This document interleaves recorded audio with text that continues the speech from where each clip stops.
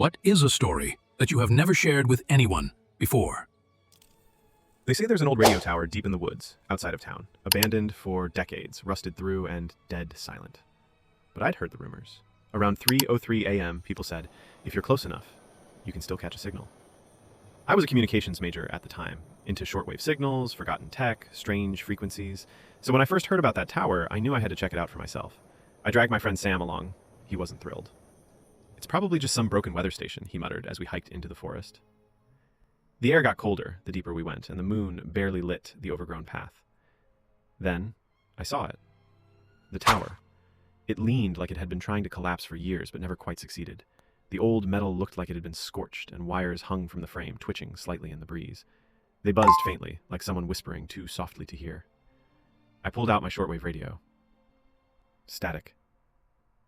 Then, a voice. Faint, warped, but definitely human. Hello? Can anyone hear me? Please. I'm still here. I looked at Sam. His face had gone pale. That's a live signal, I whispered. We kept listening. They locked me in. The others are gone. Don't come up. Don't. Then came the scream. Piercing. Wrong. It sounded like it was being torn apart as it reached us through the static. The signal cut out. I need to see inside, I said. Sam protested, but I was already moving. Curiosity burned hotter than fear. Inside the tower's base, the control room looked like it had been melted from the inside. Paper was fused to the walls. Equipment looked like it had been partially liquefied, then cooled. And yet, the main transmitter blinked green, still working. And in the corner, strapped to a chair, was a skeleton, dressed in a radio uniform, a headset still clinging to its skull. That's when the equipment suddenly sparked to life again.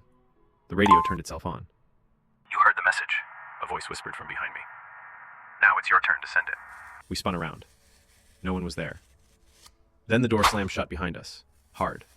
Now, every night at 3:03 a.m., I turn on the radio from wherever I am. I hear a new voice. Sometimes it begs, sometimes it screams, and sometimes it says my name.